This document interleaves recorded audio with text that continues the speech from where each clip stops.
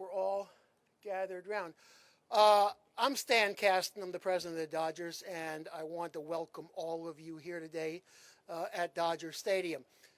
Over the years, we've experienced so many wonderful games here, and of course, many other wonderful events. But in all of those years, in all of our 6 decades, I'm not sure there's ever been a day with an announcement more important than what we will be announcing here today. So with that, let me turn it over to Casey Wasserman.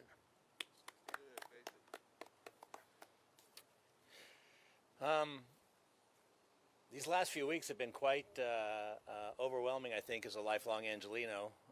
The pictures we've all seen, being here and living here, and the experiences are things I don't think any of us imagined would ever happen in Los Angeles. And at the same time, the outpouring of support, of commitment, of engagement from the community has been really heartwarming. I truly believe there's nothing LA can't achieve when we work together. I really believe this is one of the 3 or 4 most important cities in the world. And I think what you've seen in the last few weeks as the city has come together is I think we now all embrace that opportunity to work together. Working together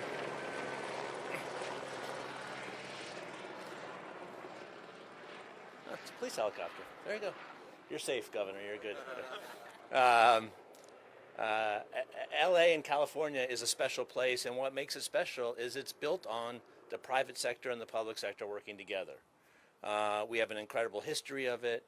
It's what makes this place unique. It's what allows the things that happen here to continue to be world-breaking and extraordinary, and that's what this effort requires. The private sector has to come together both operationally and philanthropically as part of the rebuild and in many ways the rebirth of LA. You know, part of my responsibility will be welcoming the world to Los Angeles in 2028. And we will start those Olympic Games by lighting a flame, and that will be a flame of rebirth and reimagination of what LA will be. And this process and this journey we're about to start with LA Rises is not about the next month or the next year. This is about what LA is going to be like for the next 50 or 100 years.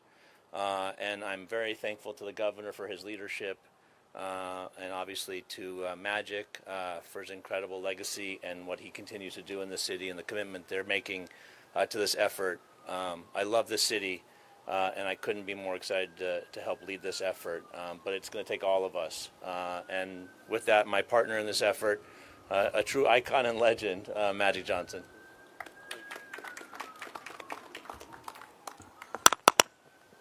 First of all, I'm so blessed to be here during these tough and difficult times for so many people. We want to continue to send our prayers out to those who lost their home or a loved one, a pet or a livestock. And this city always finds a way to come together, and it's done that in these fires that have just ruined so many people's lives. And I'm so happy that the governor has asked me to be a part of LA Rises, because I want to make sure I do my part to bring healing to the city, but also those who lost their home or a loved one. And now if we can just work together to somehow help those areas that were affected by the fires recover. And I know for me, this is something that I've never seen since I've been here over 45 years. But we can come together and make things better, not just for those areas, but for the entire city. But I want to applaud the first responders, the firefighters, because they have done a tremendous job. I want to applaud the governor because he's done a tremendous job in a tough situation. And we need to understand that, you know, everybody wants a quick response, but it doesn't work like that. You know, it takes time. And so we're going to support him and make sure that all the resources that he needs, we're going to help him to help those who have been affected by these fires. And then I'm here to announce something that's so wonderful. Mark Walters, the lead owner of the Dodgers, and the Mark Walters Family Foundation, as well as the LA Dodger Foundation, has now put up and donated up to $100 million to help in the recovery. And I'm urging all these businesses and companies and individuals who have money to do the same. And please help us to help others. Let's reach back and give back and help so many people who have been affected by these fires. But Mark is a tremendous man, friend, and partner. And for him to do this with the Dodger Foundation, his wife Kim is tremendous as well. We're so blessed to have him not only as an owner of the Dodgers and leading us with Stan to win World Series, but he wants to now win for the community. And we should clap for that, because $100 million, that's an outstanding thing. And so I'm here because he couldn't be here to announce this, and I'm so proud, again, to be his partner. But you'll see me working with the governor, with Casey, because Casey has also got a big heart.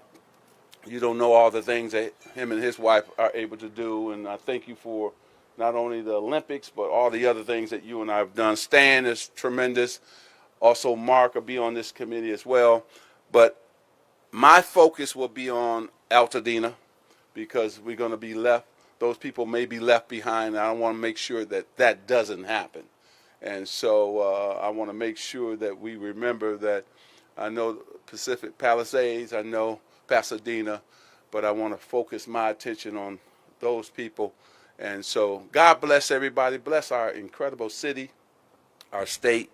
And I'm going to pass it on to a man who has probably the toughest job in America right now. But he's doing it with class. He has to take the phone calls, and everybody want him to focus on so many different issues. But he is working hard and around the clock. And I'm proud that he's our governor, and I'm proud that he's a friend. Governor Newsom. Thank you, Magic. Thank you, Stan, Casey. I'll brag on them in a moment. But just first, thank you all very much for taking the time to be here. Thank you, Irvin. Thank you, Magic, for bringing to this effort the spirit that it needs. This effort is about spirit. It's about pride. It's about those intangibles, the things you can't legislate, the things you can't manifest. They just take shape because people come together across every conceivable difference, rowing in the same direction to do the right thing, to bend down on one knee to help lift other people up. And that's the spirit of LA Rises. It's around focusing on our sustainable pathway to recovery and rebirth, addressing certainly all the situational challenges that we continue to face as it relates to getting people back into their homes, getting that debris removed, getting those permits processed, and getting those homes rebuilt. But we have to rebuild that sense of spirit and pride in the region and connect the dots between cities that have been impacted, communities that have been devastated, and the larger LA County and region. I'm grateful to Casey and his willingness to commit to this effort. He was quite literally one of the first calls I received hours after this devastation, saying, "What can I do?" The answer is yes, and we dialogued a couple hours later, and the seeds of this process were actually fomented. He said, we need civic leaders to come together. We need the private sector to come together. That's the third leg of the stool. It's not just about the state and federal government supporting local responses. It's about the private sector, the civic society coming together. It's about active, engaged citizenship. It's about people volunteering. It's about people contributing. And it's about creativity. And I think that's really what I want to emphasize. And I want to thank Stan and the Dodgers for bringing that to life as well, to bring to life and to bring to bear with the LA Dodgers Foundation, the Mark Walters Family Foundation, $100 million. It's not just about the resources. It's about the resourceful mindset that those resources represent. It's about their creativity, their capacity to take a look anew at the process of recovery. It's about looking to seek the best and the brightest designers and architects and developers, the best and most modern strategies for financing and developing new procurement strategies to address the issue of cost and address the issue of logistics in a completely fresh and dynamic and distinctive way. All of these are verticals of the larger effort here that we want to bring to bear to create a platform for that kind of engagement so that we quite literally are taking advantage of lessons learned all across the globe as it relates to disaster recovery and even closer to home as it relates to the work that was done up in Sonoma and Coffey Park and what's happened up in Paradise. I come from a city, San Francisco, whose flag has a phoenix on it. It's a flag, phoenix rising from the ashes of the 1906 earthquake, mindful of the recovery, mindful of the resilience, mindful of our remarkable capacity for renewal and rebirth. But the framework that is so essential in that is also mindset that we can't lose hope. I know people feel helpless. I was just at another community meeting quite literally an hour ago. The pain, the trauma, the anxiety, the loss of community, loss of identity, self, place, traditions, lifestyles, all of that cannot give way to hopelessness. And what LA Rises is about is rising out of that and providing a mindset of optimism that it is achievable, that it is possible, that we can come back more climate resilient, come back stronger, meaning better, slightly different, but also mindful in closing, as Magic reinforced. Because one of the first calls that I got was Casey. One of the second calls I got was from Magic and his team. Don't forget about Altadena. Don't forget about that community. Generations that had an opportunity, that built wealth. Grandparents, kids and grandkids that passed those opportunities on. One of the most vibrant and unique communities anywhere in this country, let alone the state of California. That community requires its own unique and distinct set of support and intervention. And that community needs to be protected, and that community needs to come back.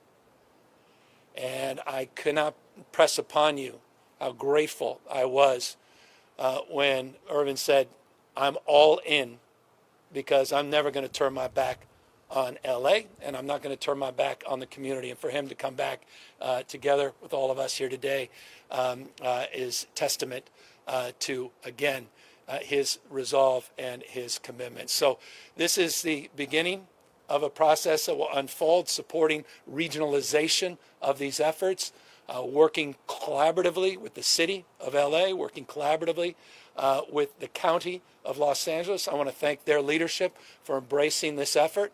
We're going to plug in the local efforts. We're going to make sure we're not duplicating and replicating efforts. We're going to hold ourselves to a higher level of transparency and accountability to communicate what we're doing and to lay out the tenets of not just short-term commitments, but medium and long-term commitments until these communities are fully recovered and people's lives are fully back, and they're not just surviving, but thriving. That's the resolve, that's the commitment, that's the purpose of today's announcement. Again, grateful for this remarkable partnership and these three remarkable co-chairs, Mark, Casey, and Magic, and their commitment and resolve backed by close to $100 million and additional philanthropic resources that we look forward to announcing shortly as well. With that, we're here to answer any questions. What's the reaction to the White House calling for a freeze on federal assistance? And if I may just, and I'm going to answer all off-topic questions, and we could spend 2 hours together. Any that are on topic, I'm happy to accept. And how will that play into the recovery? That's a good segue. Well done. I admire that. I appreciate that.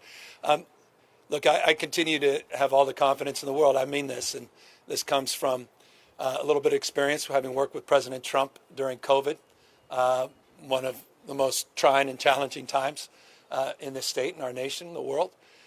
And we had a partner, not a sparring partner, a working partner in President Trump during those years. And that's demonstrably true by any objective measure. That was the case. And that's why it was important for me to make that case anew to the president, and was with him just a few days ago, followed up, and have been in contact with the White House following up further. To the extent situationally there are some issues today, to me, all those issues get worked out, and we'll work through them as it relates to our recovery. And I'm firmly focused on building that partnership and strengthening our collaborative spirit. Governor, can you talk about your vision for Altadena and maybe Magic? Can you also weigh in on what that vision looks like and what $100 million actually means? Well, I won't speak obviously for Magic, but let me just briefly, as he walks over, make this point. It's not our vision, it's community-led vision. Community will determine what the community needs. It's our job to eliminate any barriers, our job to eliminate speculators. You know, I'm grateful. This man to my left did a PSA talking about those folks that want to take properties out from folks that had them for generations for pennies on the dollar, the kind of fraud that's being perpetuated, the kind of solicitations that are being perpetrated by these predators taking advantage of crisis. And this man stepped up, and I think it's one of the reasons he stepped into this effort. Well, I think that first, Casey and I were just talking about going there in the next, probably next week. We have to have community meetings and talk to the community and talk to the pastors of churches who are the leaders of that community as well. And we'll come up with a plan and a strategy. Today we're just announcing LA Rises. And then we'll go and talk to the people, because it's all about them. And the governor said it. It's all about that community. And we just want to help them recover in any way that we can, but also want to make sure they have all the information so they can make a good decision. And we don't want them to just have somebody come in, as the governor just said, and take their land.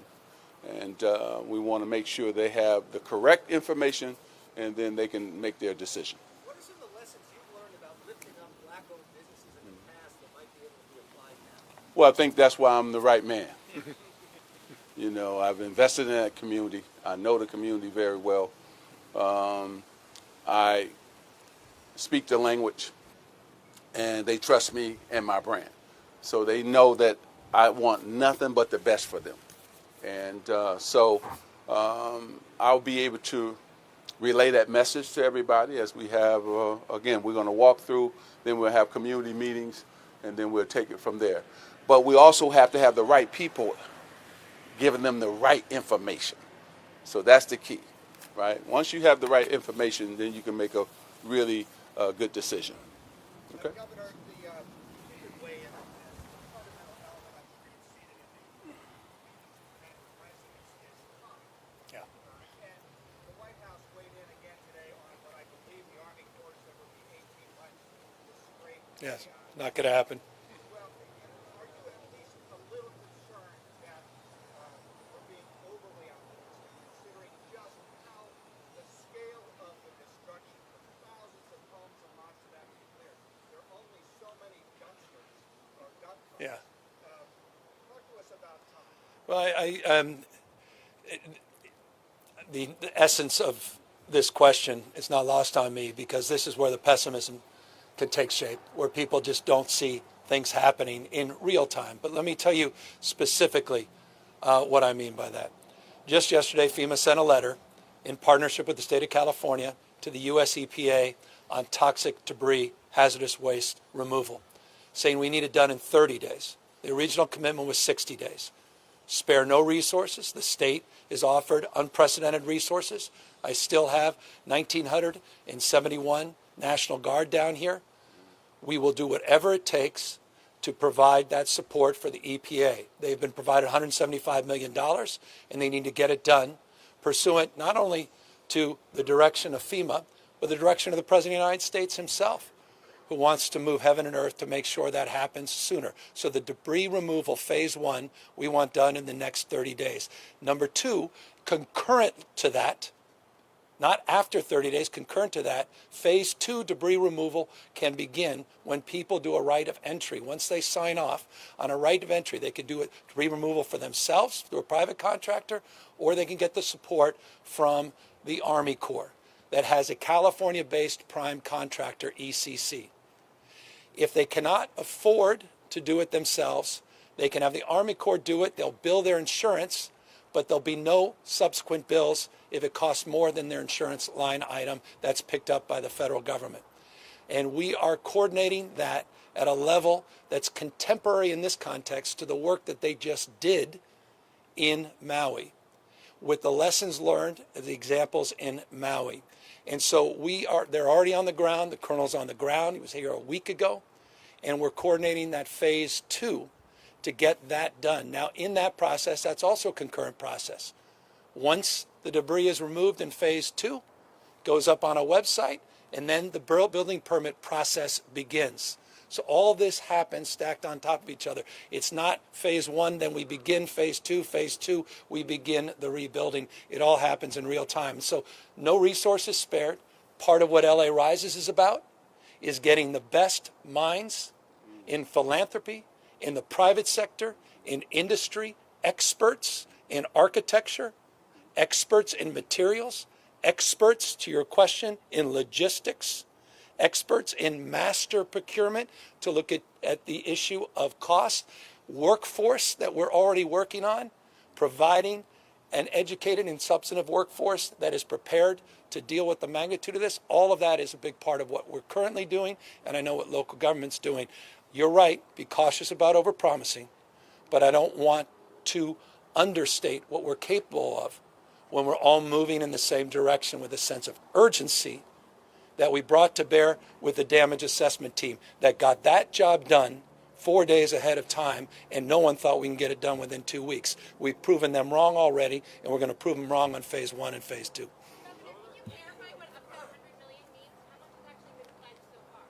Well, the commitment of the foundation is up to $100 million. We've received tens of millions of dollars of additional donations across the spectrum. A lot have been donated directly. For example, Latino Community Foundation, California Community Foundation, California Rises through the Fire Foundation, which was stepped up after the Paradise disaster. A lot of it's been done directly to nonprofits, some well-known nonprofits, the Red Cross, others more targeted to local needs. And so we're just trying to create a portal to make sure that we're coordinating some of that philanthropy and we're addressing gaps.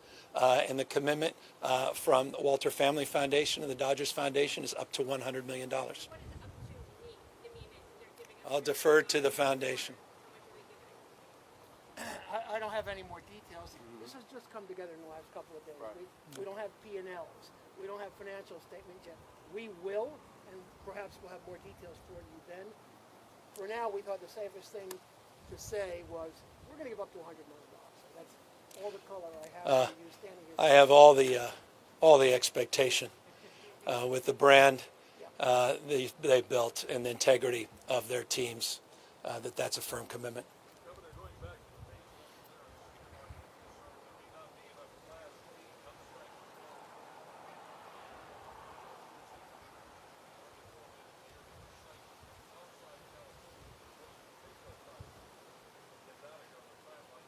Yeah, I mean it's the right question, and that's a challenging logistical question. But I'll tell you, it pales in comparison to the challenge of taking all of that debris off the island in Maui.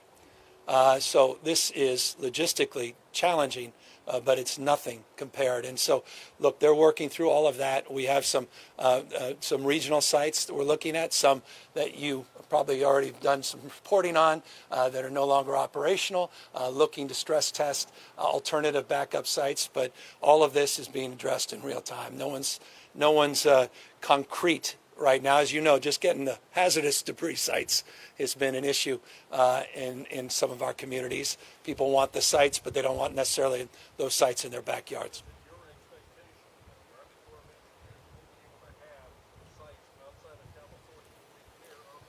I'm not willing to go so far as to prescribe any expectation as to where, but appropriate sites. They're working with California, EPA. They're working with our federal partners.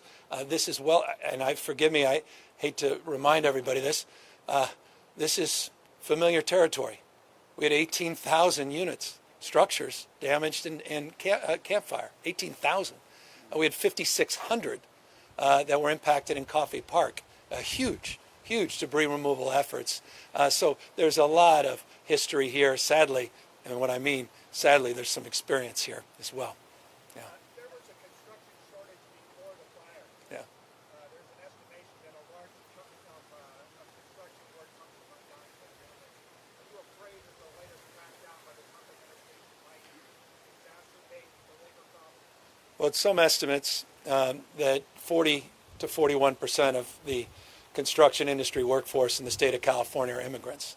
It's much higher than the national average. So I appreciate your question. You can imply my response, except to say this, mindful of that. It's not what happens to you, it's how you respond to what happens. It's not the reality of the moment, it's how we get creative.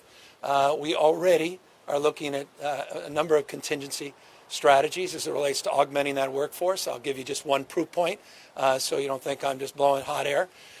We are already working with our labor agency and our community colleges. We're looking and working very closely at our apprenticeship programs and looking at scaling the prospect of even out-of-state workers and support for these efforts. So those are just examples of more creative ways to address what is a legitimate concern and criteria of consideration as it relates to what's happening separate and above from this recovery. I'm sorry.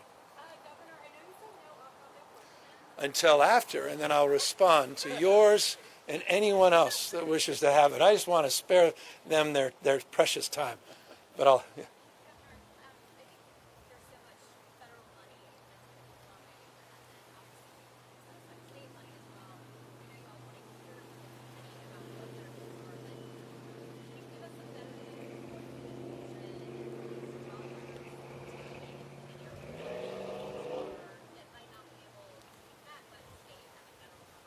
The biggest anxiety, I was just at I'll give you just a couple of examples from an hour ago.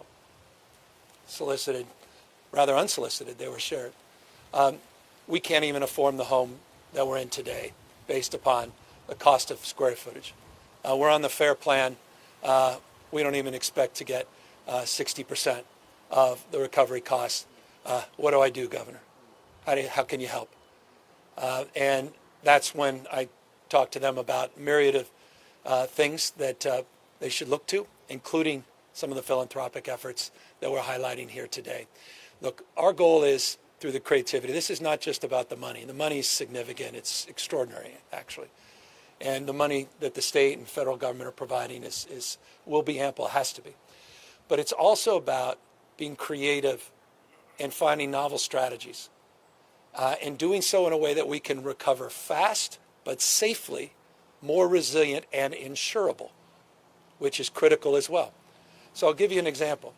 We're looking at defensible spaces. We're looking at issues around redundancy and life safety, ingress, egress. I've had 2 or 3 of the world's most famous, you know some of them, architects that say, plug me in, how do I get engaged?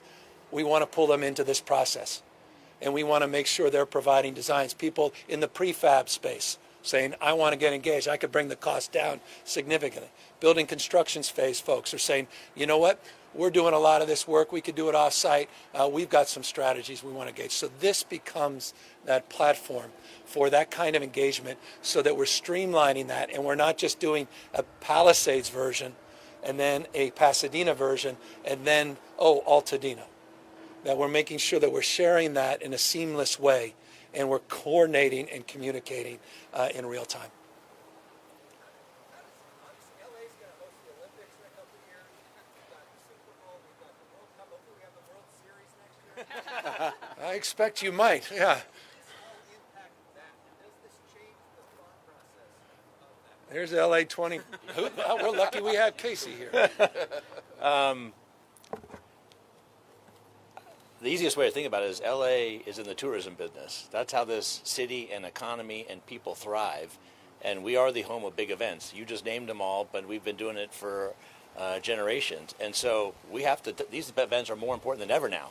This is something we have to grow our way out of economically and operationally. If you think about the Olympics, the opportunity to, it's not just bringing workforce here to prepare the city for the Olympics. It's how do we incentivize people to move here because of the opportunity in Los Angeles, not just now with this tragedy, but with the Olympics and all that's happening here in this region. And so it's really about how do you use these events to change the city forever. We'll be here for 30 days in the summer of 2028, but our legacy is going to be changing the course of LA for a long time.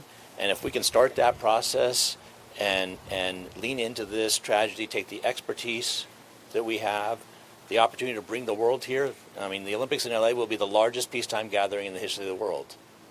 What an opportunity to bring the world to a revitalized and a new Los Angeles. And that's, I think, the opportunity and the pressure and the challenge that the governor has put forward. And it's the right one, which is we're going to make the next version of LA better for everybody. And these events are the things that drive those opportunities. Well said. All right, guys. On topic, or we can, yeah. That you're working with local leaders. Yeah. And that you know what they're doing. There's a level of speed. What is the county doing in terms of recovery plan? How do they play it out? Well, I will say President Vargas has been an extraordinary partner from day one, maybe hour one. There's been no daylight, and I cannot express my gratitude and appreciation for her and her team and her support of this effort as well. The county, city has a more traditional function, the county more broadly defined, and that's exactly where we want to come in and help sort of smooth over that, because many different cities within that county have been impacted, and then how that county overlay works in a way where we can leverage our support. But I don't want to presuppose their specific strategies at the county level for permitting. We pushed through our executive orders, our expectations. As you know, we've moved CEQA. We had to double down on Coastal Commission, double down. I didn't think they got the message or memo, so they got a second executive order on the Coastal Act. And we are doing everything we can to drive the local permitting to align with the sense of deep urgency we have through the state. And I doubled down with the president on this as well. This is, again, you got to call balls and strikes. His support in getting FEMA in this 30-day hazmat removal is going to be critical. He has more authority and power over the Army Corps than anybody, which will be critical to moving mountains to get this debris removed. And we want to make sure we're all aligned, federal, state, and local, to drive to accountability, to drive to the simplicity, to get the permits done, and again, to do it concurrently and not have to wait, as someone suggested, 18 months in your question, or more traditional pathways. Those days are over. And in the spirit of what Casey said, can I double down on that? The whole idea of this is a completely revitalized region in mindset, not just infrastructure. That the relationship between the city and county and the state and the federal government, we address some of these long-standing similar issues around jurisdiction, inability to work together across differences, to address streamlining, to get serious about housing, to address these traditional barriers, to revitalize the opportunities here and create a business climate that is more enlivening, more supportive. And that's my mindset 100%, not just the emergency mindset, but taking that and driving that as it must through the Olympics and getting out the other side in a place where it's not just one of the top 3 cities in the world, it's the most important and essential city anywhere in the world. Governor, out of curiosity, when did you learn that the U.S. military had made its way into the state and turned the spigot on for water? All right, well, that's a second question, and it's a loaded question as well. And so I'll happily answer that in one moment. Guys, well, I'm going to let these guys go, and I'm going to answer both questions and any more. Yeah.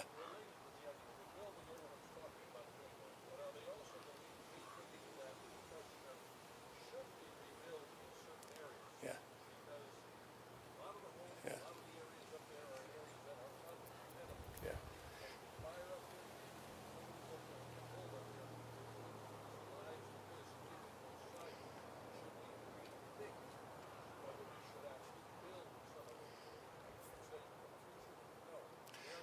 Yeah, I get this question a lot, and I answer it this way. I'm very mindful of that. I'm also mindful of someone that did, under the rules and regulations, get an opportunity to rebuild, that I'm not going to sit here as governor of the state of California and say you can't rebuild your home. But if you are going to rebuild your home, you can't rebuild it the same way. That we have to address, I talked about ingress and egress. That's about dealing with the concerns you just described as it relates to emergency operations, as it relates to defensible spaces, as it relates to proximity to brush and to chaparral and to forests, looking at historical burn scars, looking at historical footprints, looking at redundancy as it relates to suppression strategies, looking at what modern building codes could or could not do, look at designs, look at all of those fundamentals. And we've got to be able to stress test all of that, which is a big part of what LA Rises is about, bringing that expertise to bear so that we can answer affirmatively that in this case, absolutely, you can rebuild. But it's a legitimate, larger question about wildland-urban interface. It's a legitimate question in a world where the hots are getting hotter, dries are getting drier, and floods and atmospheric rivers, the wets are getting wetter, that we have to adapt to that reality. And that reality, obviously, is pretty self-evident here in Southern California.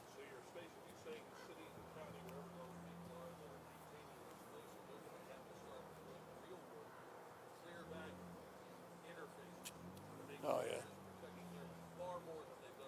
Well, I'm looking forward. But certainly can't be done the way it's been done. Has to be done radically different. But you know what? But no, I get it. And look, but I also not naive. You know, you had some of the driest conditions you've had in our history. You know, I've been governor. We had the 3 driest years since statehood, and then we had the 3 wettest weeks since statehood that broke that drought. I mean, when are people going to wake up to another self-evident reality? I know it's impolitic to talk about that, but this is hardly unique to the state of California. This is an issue all across the globe. You think we have insurance challenges? Talk to about a dozen other states. The realities of this are rather acute. So we're not going to double down on stupid and walking back in our commitment to address those larger systemic issues and address fundamental issues. But yes, situationally, we're going to have to adapt to them in much more dramatic ways than we have in the past. With that, let me thank our co-chairs and thank the Dodgers for their incredible support and generosity.